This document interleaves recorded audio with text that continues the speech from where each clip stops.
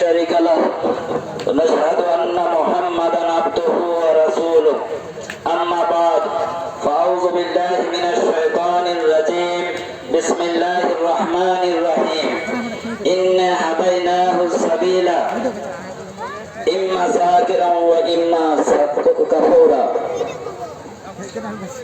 আমি মুসল্লিগণদের কাছে অনুরোধ করছি, আমরা যে মাস অতিবাহিত করলাম এটা ছিল শৃঙ্খলার মাস।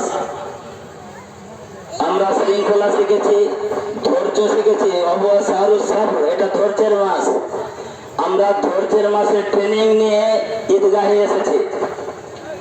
এই ধৈর্যের মাসে ট্রেনিং নিয়ে আমরা যদি আজকে এই বিশৃঙ্খলা করি তাহলে আমাদের রোজা আরো কেমন হয়েছে, আমাদের শ্রম কেমন হয়েছে সেটা আমাদের ব্যবহার প্রমাণ করবে।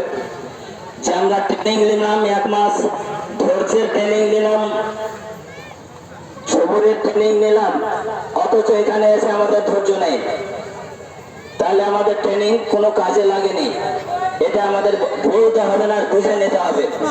আপনাদের কাছে অনুরোধ, কোনো কেউ উঠাউটি করে যাবেন না। আমি খুব বেশি দেরি করবো না, খুব সংক্ষেপে করবো। আর আজকে কিছু মানে সাংগঠনিক বা সমাজ নিয়ে কিছু আলোচনা করব, যার জন্য আমি প্রত্যেককে থাকা খুব প্রয়োজন মনে করছি। আমাদের সমাজে এক বিশেষ ঘাটতি, সেই ঘাটতিটা নিয়ে আলোচনা করব এবং সেটা কতদূর প্রয়োজন, সেটা নিয়ে কতটা ব্যবস্থাপনা করতে পারি, এই জন্য আপনাদের কাছে অনুরোধ করছি, মা ও বোনদের কাছে অনুরোধ করছি, আপনারা শেষ না হওয়া পর্যন্ত আপনারাও যাবেন না।